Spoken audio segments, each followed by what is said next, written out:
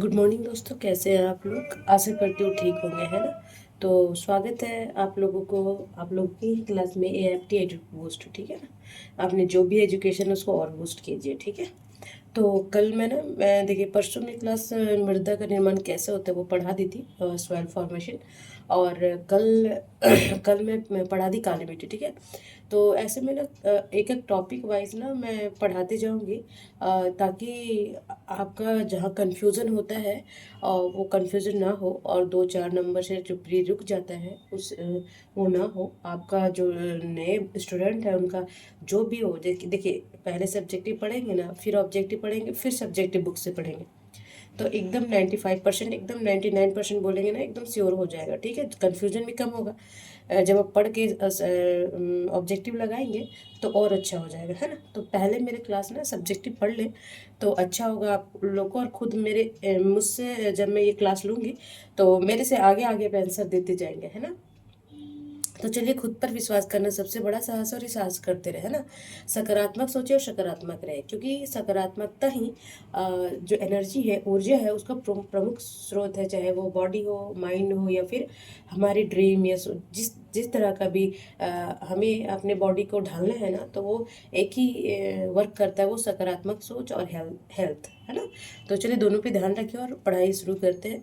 आज मैं स्टार्ट करना चाहती हूँ मृदा मृदा ना, जो मृदा है वो उसका निर्माण से जितने भी MCQ जो मेन मेन बन सकते थे ना, तो मैं आज उसको उसको मैं यहाँ पे ले आई हूँ। और इसको एक बार कर लीजिए। देखिए बिना मेहनत का कुछ भी नहीं है। और ये आप सोचेंगे पढ़ तो ली, एक बार तो पढ़ ली, 2 बार पढ़ लिया, अरे हो जाएगा हो जाएगा, हो जाएगा नहीं।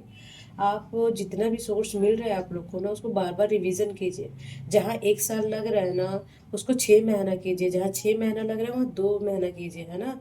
सालों साल चला जाएगा और आपको पता भी नहीं चलेगा कि आपके हाथ से टाइम कैसे गुजर गया, और फिर दिमाग में टेंशन आएगा, है ना। तो चलिए, उस सब टेंशन दूर करते हैं हम। देखिए ये फॉर्मेशन है मृदा बनने का। ये चट्टान कैसे कैसे मैं वहाँ जाके आप देखेंगे, क्योंकि काफ़ी लेंदी क्लास हो जाएगा। कुल 30 क्वेश्चन है इसमें, और कुछ कुछ बताना भी पड़ता है मुझे बीच बीच में। तो देखिए ये फिर कैसे, और मृदा का निर्माण कैसे होता है, तो मैं एक बार ऐसे बता दी हूँ ताकि आप लोगों को याद रहे, है ना। चलिए, तो पहला क्वेश्चन क्या बोल रहा है कि मिट्टी का निर्माण मूल प्रक्रिया क्या है। जो मिट्टी के निर्माण का मूल प्रक्रिया क्या है, तो ज्वालामुखी, अपक्षय, भूकंप और वर्षा। देखिए रीजन तो सभी होती है, बट मेन रीजन क्या होता है, वो होता है अपक्षय, ठीक है ना। आंसर बी, अपक्षय क्या होता है। जैसे ये क्या अपक्षय ही तो हो रहा है। जैसे यहाँ पे हवा, पानी, वर्षा, जो ज्वालामुखी, बहुत सारे रीजन होते हैं। तो मेन क्या होता है, ये अपक्षय किसी चीज़ को, चट्टानों को टूट फूटना, धीरे धीरे बारीकी कण में बदल के मिट्टी में मिट्टी का रूप ले लेना ही अपक्षय कहलाता है, ठीक है। तो मिट्टी का निर्माण का मूल्य कारण पूछ रहे, देखिए कारणों में से सब है, पर ये मूल्य प्रमुख कारण है ना। चलिए, कोई नहीं। अभी क्वेश्चन नंबर 2 क्या बोल रहा है, दिख रहा है आप लोगों को। ओके। तो क्वेश्चन नंबर 2 क्या बोल रहा है कि भौतिक अपक्षय का मुख्य कारण क्या है। देखिए भौतिक जो अपक्षय होता है, देखिए इसमें रासायनिक का अपक्षय भी, रासायनिक कारण भी बताई मैं आपको, आप देख लेंगे वहाँ जाके ना। तो अब बोल रहा है कि जो भौतिक अपक्षय होता है, जैसे कि चट्टानों का टूट फूट होता है, उसका क्या कारण होता है, तो तापमान का उतार चढ़ाव, है ना। रासायनिक क्रिया तो है ही है, जीवाणु भी होता है और ह्यूमस भी होता है, जिसके कारण मिट्टी का निर्माण होता है। बट इसका मेन कारण है, जो मुख्य कारण है, ये तापमान का उतार चढ़ाव। देखिए कभी बहुत ज़्यादा गर्मी पड़ता है तो क्या होता है, चट्टानें एकदम सूख जाते हैं और दरार पड़ जाता है ना। फिर सडनली हवा बह गया या बारिश हो गया अचानक, तो उसमें क्या होता है, इसको इसको क्रैक कर दे, तोड़ देते हैं ना। और थोड़ा थोड़ा छोटे छोटे छोटे कण में ये बहते जाते हैं। पहले इतना बड़ा कण हुआ, फिर इतना बड़ा, फिर दूसरे में इतना, फिर इतना, फिर इतना इतना, फिर ये मिट्टी का निर्माण कर देता है ना। तो देखेंगे तापमान का उतार चढ़ाव, ठीक है जी। आप ध्यान रखेंगे। देखिए पढ़िए, पढ़ने के अलावा कोई भी विकल्प नहीं, या फिर बुक पकड़िए ही नहीं। और अगर पकड़िए तो फिर इसको पारी लगा दीजिए। फिर किधर का भी नहीं होते, ना घर का ना घाट का होता है ना कुत्ता, घर का ना घाट वाला बोलते हैं, वो सिस्टम हो जाएगा। और बहुत मतलब बदतर स्थिति हो जाता है ना। आपका नाम होता है ना, आप सुख भोग सकते हैं। तो बहुत बुरा होता है, इसलिए मेहनत करें। एक कस के मेहनत कर ले और निकल जाए। कोई भी जैसे जरूरी नहीं होता किसी में एक बार हो जाए, ऐसा नहीं, एटीट्यूड नहीं रखना कि नहीं मुझे IAS बनना, उसके उससे कम कुछ है ही नहीं, है ना। तो पहले कोई भी जॉब आप पकड़ लें, उसके बाद अपने ड्रीम के पीछे भागे। क्योंकि पहले क्या होता है, घर रोटी और बोलते हैं ना, कपड़ा रोटी और मकान, पहले बेसिक नीड को हम कैसे पूरा कर सकते हैं ना, वो अपनाइए। उसके बाद अपने ड्रीम के पीछे भागिए। डायरेक्ट ड्रीम के पीछे भागेंगे ना तो आजकल इतना करप्शन है। देखिए, कंपटीशन पहले से भी कम है, बट देखिए आप आजकल इतना ऑनलाइन पढ़ाई हो गया, बुक्स हो गए, कोचिंग अच्छे अच्छे हैं, पर बच्चे वही दिमाग है, वही और स्ट्रगल और स्टडी ज़्यादा करते हैं। बट करप्शन, मेन तो करप्शन स्टेट पीसीएस वालों का तो बहुत बुरा हाल है। आईएएस वाइस का भी थोड़ा ठीक है, बट अभी भी बहुत ज़्यादा है, उसको भी पार करना है। तो पहले अपना जो बेसिक नीड है उसे पूरा करें, ठीक है ना। चलिए, तो क्वेश्चन नंबर मैं बीच बीच में बोल देती हूँ, है ना, मुझे लगता है कि हम जिस ड्रीम्स के साथ इस लाइन में आते हैं ना, वो ना टूटे किसी का ना, बहुत पेन होता है, और वो पेन फिर झेलने लायक नहीं होता है ना। चलिए खैर, तो क्वेश्चन नंबर 3 क्या बोल रहा था कि रासायनिक अपक्षय में कौन सी प्रक्रिया सम्मिलित है ना। तो रासायनिक प्रक्रिया में कौन सा है, ऑक्सीकरण, संघनन, विकिरण और पवन, है ना। तो देखेंगे कि जो है रासायनिक प्रक्रिया क्या है, ऑक्सीकरण है ना, ऑक्सीजन से ऑक्सीकरण होता है। तो ये ऑक्सीकरण क्या होता है, ये अपक्षय रासायनिक प्रक्रिया में सम्मिलित है ऑक्सीकरण। ओके जी, ठीक है। क्वेश्चन नंबर 4 देखेंगे कि क्वेश्चन नंबर 4 है कि मृदा का निर्माण ह्यूमस कहाँ से आता है। ह्यूमस जो आता है मृदा के निर्माण में, वो कहाँ से आता है, कौन ह्यूमस आखिर कैसे बनता है ना। तो देखेंगे कि धातु धातु खनिज और गैस ये सारे हैं, पर मेन क्या होता है, देखिए गैस निकलता है ना, सड़ी गड़ी जैविक वस्तुएं, जो जैविक जानवर मर गया है, कचड़ा है, सड़ा गला सामान है, पेड़ पौधे हैं, तो उसमें क्या है, एक ह्यूमस बन जाता है ना। तो उसे ही ये काफ़ी उपजाऊ होता है। तो ये सड़ी गली जैविक वस्तुएं होगा इसका आंसर, है ना। चलिए आगे, क्वेश्चन नंबर 5 क्या बोलता है कि मृदा बनने में कितने वर्ष लगते हैं। देखिए जी, एक एक परत होता है ना, वो काफ़ी वर्ष लगता है मृदा बनने में ना, हजारों से लाखों वर्ष तक एक परत बनाने में। इसीलिए मिट्टी का संरक्षण करना हमारा रिस्पॉन्सिबिलिटी भी है और हमारी जिम्मेवारी भी है ना। रिस्पॉन्सिबिलिटी, जिम्मेवारी होती है, हमारा कर्तव्य भी है, ड्यूटी भी है ना। तो इसके पेड़ को ना काटें, है ना, इसका संरक्षण करें। और मिट्टी का देखिए, अब अगर आज इतना पेड़ नहीं काटते तो क्या इतना बाढ़ आता, नहीं ना आता, क्योंकि देखिए जो पेड़ कटते हैं, नदी जंगल वंगल कटते हैं, उसके पास ही नदियाँ होती है। तो ये पेड़ कट जाएंगे तो इसके जड़ जो मिट्टी को बांध के रखते हैं, वो बांध के नहीं रखेगा, तो वो सारे मिट्टी क्या हो गए, सारे ये जड़ उखड़ गया, तो ये मिट्टी ढीले पड़ गए, और बारिश आया, बारिश का बहाव आया पानी का, और इसको भी मिट्टी को, साइड वाले मिट्टी को बहाते बहाते और साइड साइड साइड साइड से खंडर बनाते हुए आगे की ओर ले जाता है पहाड़ों तक, है ना। तो अब संरक्षित करें, पेड़ लगाए, है ना। अपने जीवन 2 पेड़ तो जरूर लगाना चाहिए हर इंसान को ना, ये पुण्य है फ्यूचर के लिए भी। देखिए क्वेश्चन नंबर 6 क्या बोल रहा है कि मिट्टी में पाई जाने वाली जैविक उर्वरता किससे आती है। जो जैविक छोटे छोटे कीड़े मकोड़े होते हैं, वो जल से आता है, वायु से आता है, खनिज से आता है, तो किससे आता है ना। तो इसको देखेंगे कि ये ह्यूमस जो सड़ता गड़ता है, तो बैक्टीरिया, कीटाणु, जीवाणु उसमें जो रहते हैं ना, तो जो जैविक उर्वरता होता है वो किससे आता है, ह्यूमस से, ठीक है ना। अब ह्यूमस कैसे बनता है ऊपर बताए हैं, और अब मिट्टी कैसे, मिट्टी का निर्माण कैसे हो, वहाँ जाके देखेंगे, है ना। सब यहाँ बताना पॉसिबल नहीं है। और आप सब्जेक्टिव देखिए, शॉर्टकट कुछ नहीं होता है, शॉर्टकट में फिर हम शॉर्टकट ही रह जाएंगे, कभी लॉन्ग लॉन्ग होंगे ही नहीं, है ना। तो इसलिए बेसिक से पढ़िए, मैं हर बार बोलती हूँ बेसिक पढ़िए, ऑब्जेक्टिव लगाइए, बुक्स पढ़िए, फिर बार बार पढ़िए, है ना। एक एक टॉपिक को एकदम ऐसा नौबत ही नहीं है कि एक क्वेश्चन छूट गया, एक क्वेश्चन के लिए प्री ने क्वालिफाई करी, या फिर मैं क्वालिफाई नहीं कर पाई, पुलिस नहीं बन पाई, जो भी है, रेलवे में नहीं पाई, पीजीटी में नहीं हुआ, तो ये सब एक एक नंबर के लिए रोना नहीं होता है ना। तो देखिए क्वेश्चन नंबर 7 क्या बोल रहा है कि कार्बोनाइजेशन में कौन सी गैस मुख्य भूमिका निभाती है ना।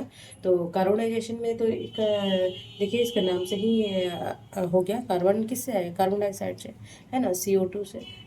तो ये इसका क्या आंसर हो जाएगा, CO2, ठीक है, कार्बन डाइऑक्साइड। अब क्वेश्चन नंबर 8 क्या बोल रहा है कि जैविक अपघटन में कौन महत्वपूर्ण है। जो जैविक अपघटन होता है उसके लिए क्या सूर्य है। देखिए इम्पॉर्टेंट तो सभी है, बट मेन मेन क्या होता है, सूक्ष्म जीव, है ना। सूक्ष्म जीव के कारण ही तो जैविक अपघटन होएगा।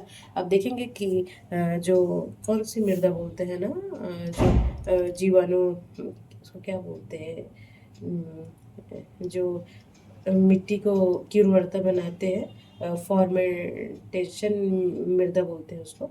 जो आप देखेंगे पौधे वौधे बेचते हैं ना, वो साथ में ही लाते हैं। तो उस मृदा को जैविक अपघटन के द्वारा ही बनाया जाता है।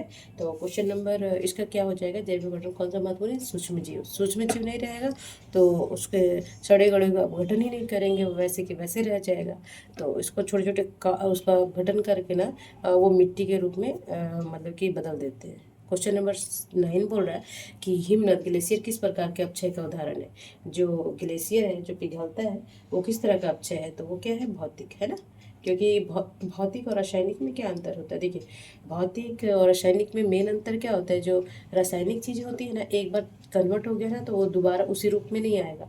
और भौतिक परिवर्तन क्या होता है कि एक बार से दूसरे रूप में बदल जाता है और दूसरे रूप में फिर वो प्रथम रूप में आ जाता है। जैसे मान लीजिए पानी से भाप बना है ना, तो भाप इकट्ठा हुआ और फिर बर्फ बन गया, बर्फ से फिर पिघला के हम पानी बना सकते हैं ना, है ना। तो अब रासायनिक क्रिया का एक एग्जांपल लेते हैं। जैसे दही बन गया, दूध से दही बन गया, है ना। अब दही से हम दूध बना सकते हैं क्या, नहीं ना।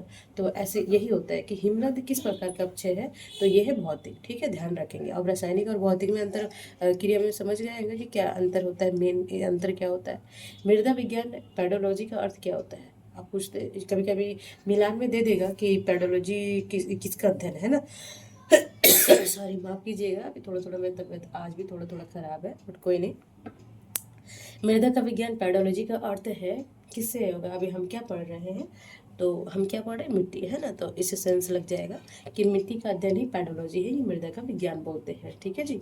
ओके, क्वेश्चन नंबर 11 है, देखिए कोई भी काम करने के लिए मन को ना एकाग्र कीजिए। अगर नहीं होता है, दिमाग इधर भागता, थोड़ा उधर देख लूँ, थोड़ा दोस्तों को फ़ोन कर लूँ, अरे बोलता हूँ चलो देखते हैं दुर्गा पूजा मनाते, जाइए पूजा वूजा कीजिए, थोड़ा घूमिए, 1-2 घंटा 1-2 घंटा, ये नहीं कि पूरा दिन 4-5 दिन लगे रहे, है ना, ऐसा नहीं। देखिए हम स्टूडेंट हैं, वो फेज भी आएगा जब हम पूजा पाठ में लगे रहेंगे। हर एक फेज आता है लाइफ में और उसको जीना पड़ता है ना।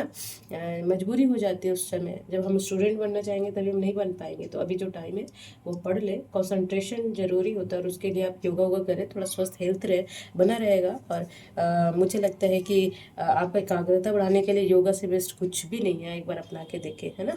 तो चलिए क्वेश्चन नंबर 11 है, मृदा की उर्वरता का मुख्य कारण क्या होता है।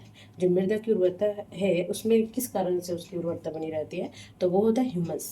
ह्यूमन ना, आप बताइए ह्यूमस क्या है, अब बार बार हम उसे रिपीट नहीं करेंगे, ठीक है। ओके, क्वेश्चन नंबर 12 के आगे बोल रहा है कि मिट्टी का पिता किसे कहा जाता है ना, फादर ऑफ सॉइल, है ना। तो किसको बोला जाता है, मिट्टी का पिता कौन है, जिसे हम किसके मतलब किसके बच्चे हैं, अपने पापा के। तो मिट्टी का पिता कौन है, उनके पापा कौन है, चट्टान है। क्योंकि चट्टान ही बड़ा रहता है, फिर वो अक्षय होता है, फिर छोटे छोटे पार्टिकल्स में टूटता है और मिट्टी का रूप लेते हैं, यानी कि उसका बच्चा है ना। चलिए ठीक है, कोई नहीं। क्वेश्चन नंबर 13 क्या बोल रहा है कि मिट्टी का निर्माण सबसे तेज कहाँ होता है ना। तो देखेंगे कि मिट्टी का निर्माण किस इन्वायरमेंट में होता है, कौन सा फेज होता है वहाँ। तो देखिए आर्द्र और गर्म, है ना। बोली थी कि जब बहुत गर्मी पड़ेगा उसके बाद सडनली ठंडा आ जाएगा, आर्द्र हो जाएगा, तो इसमें दरारें पड़ेगी, फिर उसमें धीरे धीरे टूट फूट होगा, है ना। एक जैसा चलता और कठोर कठोर बनता जाता है, फिर थोड़ा नरम आ जाता है तो उसमें क्रैक आ जाता है ना। चलिए क्वेश्चन नंबर 14 क्या बोल रहा है कि मिट्टी मिट्टी की सबसे ऊपरी परत को क्या कहते हैं, है ना। तो जो मिट्टी की परत होती है तो उसे क्या कहते हैं, तो उसे कहते हैं अपर मृदा, है ना। तो इसको बनने में सबसे ज़्यादा टाइम होता है, क्योंकि देखिए जो छोटी छोटी मृदा रहेंगी, जो एकदम ऊपर वाले एकदम बारीकी कण होता है ना उसका, तो टॉप सॉइल कहते हैं या अपर मृदा, ध्यान रखेंगे। ओके, आप इतना कर लेंगे ना तो मृदा के निर्माण से मुझे नहीं लगता कोई क्वेश्चन छूटेगा। तो एक एक मैं पूरा टॉपिक ना पढ़ा के, एक चैप्टर ना पढ़ा के, मैं छोटे छोटे टॉपिक लाती हूँ, ताकि कोई ना पढ़ने का भी मन करे तो छोटा 5-10 मिनट 15 मिनट 20 मिनट करके ना वो क्वेश्चन को देख ले और उससे उसका कंठस्थ हो जाए। कोई भी टॉपिक उठा रही है नहीं समझ में, ऐसे चलो सर्च करते मृदा, है ना, या मिट्टी, तो या फिर बादल, तो ऐसे करके छोटे छोटे टॉपिक बना रही हूँ ताकि आपकी सहूलियत के अकॉर्डिंग छोटे टॉपिक पढ़िए, उसे एक चैप्टर कंप्लीट हो जाता है, भले थोड़ा टाइम लगेगा बट जो भी करेंगे ना एकदम अच्छे से हो जाएगा, ठीक है ना। सॉरी, क्वेश्चन नंबर 15 बोल रहा है कि मृदा प्रोफाइल में कौन सी परत सबसे नीचे होती है ना। जो मृदा होता है उसका प्रोफाइल जो होता है उसमें कौन सा मृदा होता है सबसे नीचे, तो मूल सेल होते हैं ना सबसे, क्या होता है, जो कि देखिए पेरेंट ट्रॉप्स होते हैं ना। ये मैं बता दूंगी, ठीक है। क्वेश्चन नंबर 16 क्या बोल रहा है कि मृदा निर्माण में किसका योगदान सबसे ज़्यादा होता है, भूकंप का होता है, सुनामी का, अपक्षय का, ज्वालामुखी, तो ऑब्वियस ना उसके किससे बनता है, तो ये क्या है, अक्षय के कारण ही तो होता है, तो अक्षय ही रहेगा ना। ठीक है। क्वेश्चन नंबर 17 क्या बोला कि मिट्टी में पाए जाने वाले खनिज किससे आते हैं। तो जो मिट्टी में खनिज लवण पाए जाते हैं कि उपजाऊ है अनउपजाऊ है, तो वो किससे आते हैं जी, जो खनिज लवण आते हैं, तो चट्टानों से। चट्टानों में देखिएगा किसी में आयरन ज़्यादा है ना, किसी में चूना पत्थर ज़्यादा है, तो ये किससे आता है, चट्टानों से आता है। ठीक है जी। क्वेश्चन नंबर 8 क्या बोल रहा है कि जैविक पदार्थ मिट्टी मिट्टी में क्या बनाते हैं। जो जैविक पदार्थ है मिट्टी में क्या बनाते हैं, जो जैविक के जो छोटे छोटे कीटाणु बैक्टीरिया वगैरह जो होते हैं, वो क्या बनाते हैं, ह्यूमस बनाते हैं, है ना जी। अब देखेंगे कभी कभी गोबर उबर कहीं इकट्ठा रहता है, तो अब जाके देखेंगे वहाँ जब सड़ता रहता है ना, तो कैसे एकदम ब्लैक ब्लैक सा मिट्टी जैसा दिखेगा आपको, ह्यूमस जैसा। उसमें मीथेन गैस भी निकलता है ना। वो इन्वायरमेंट में पढ़ाएंगे या गैसेस में, जब मैं पढ़ाऊंगी ना उसमें पढ़ाऊंगी। अभी मैं इस वीक तो इस और अगले वीक में पॉलिटी का सॉरी ज्योग्राफी करूंगी, और फिर अगले वीक में पॉलिटी का कुछ सेशन कर दूंगी, फंडामेंटल राइट्स को पूरा कर दूंगी। उसके बाद मिला मिला के पढ़ाऊंगी ज्योग्राफी और पॉलिटी। उसके बाद में हिस्ट्री बीच बीच में थोड़ा थोड़ा एक एक चैप्टर पढ़ाते जाऊंगी, ताकि आप लोग का सारा थोड़ा सा मन भी अच्छा रहे, तो हो सके मैं जो हिस्ट्री स्टार्ट कर दूँ, है ना। चलिए क्वेश्चन नंबर 19 क्या बोल रहा है कि कौन सा तत्व मिट्टी की संरचना को भुरभुरा बनाता है ना। जैसे कि जो मिट्टी होते हैं एकदम हाथ में उठाइएगा तो एकदम नीचे से नीचे आ जाएगा, है ना। तो कौन सा तत्व होता है, तो ह्यूमस होता है ना। अब देखेंगे गलियों वलियों में कभी जाते होंगे, पौधा जो बेचने वाले जो नहीं भी देखे होंगे तो देखेंगे गोबर उबर जहाँ रखा रहता है उसमें ना बहुत देखिएगा जो कीटाणु उटाणु होते हैं, जीवाणु वाणु, वो मिट्टी को छोटे छोटे पार्टिकल्स में बांट देता है। उसको उठाइएगा ना तो एकदम नीचे गिर जाएगा, मतलब कि चिपचिपा सा नहीं लगेगा, है ना। तो अक्षय शब्द का अर्थ क्या होता है ना। तो अक्षय का क्या होता है आप देखेंगे, बार बार मैं बताई हूँ कि चट्टानों का टूटना, है ना। तो चट्टान टूट के और उसी उसी क्रिया को बोलते हैं अक्षय। ठीक है जी। ठीक है। चलिए तो मैं थोड़ा सा मोटिवेट कर देती हूँ आप लोगों को कि सफलता की दो सीढ़ियाँ है ना, कि सफलता की दो सीढ़ियाँ हैं। उसे मान लीजिए कि बोलेगा कि सफलता की कितनी सीढ़ियाँ हैं, तो दो सीढ़ियाँ, एक सीढ़ी ये है असफलता का, ठीक है जी, और दूसरा है निराशा का। पहला है निराशा का और नहीं सॉरी, पहला है असफलता का और दूसरा है निराशा का। जब हम कोई भी मान लीजिए स्टडी का सफलता, या मैं अभी हम लोग एजुकेशन में है तो एजुकेशन से ही रिलेटेड एग्जांपल लूँगी। जैसे मान लीजिए कि मैं ही हूँ, है ना, मैं एग्ज़ाम कोई फेस करी तो मैं असफल हो गई, तो क्या हो गया, एक सीढ़ी चढ़ी, एग्ज़ाम दी और असफल हो गई एक सीढ़ी, तो दूसरा क्या हुआ, निराशा हो गया। तो अगर मैं यहीं से रिटर्न आने सफलता डर के भाग गई, तो क्या मैं ये सफलता यहाँ दिख रहा है कभी पहुँच पाऊँगी क्या, नहीं ना। तो वही होता है कि असफलता की दो सीढ़ियाँ हैं, असफलता और निराशा। जब हम इसे पार करेंगे और इसमें बहुत चैलेंजेस आएंगे, क्योंकि सीढ़ी एफर्ट होता है ना, तो वही हमारा हमारा स्ट्रगल है।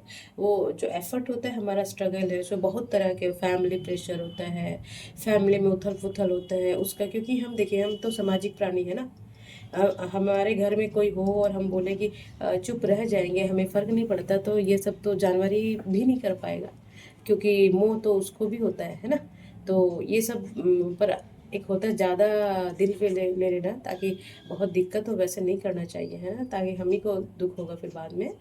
तो ऐसा ना कीजिए, पढ़ाई कीजिए। तो वही बोलते हैं कि सफलता की दो सीढ़ियाँ हैं, निराशा और असफलता। इन दो सीढ़ियों से होकर ही लक्ष्य तक पहुंच सकते हैं।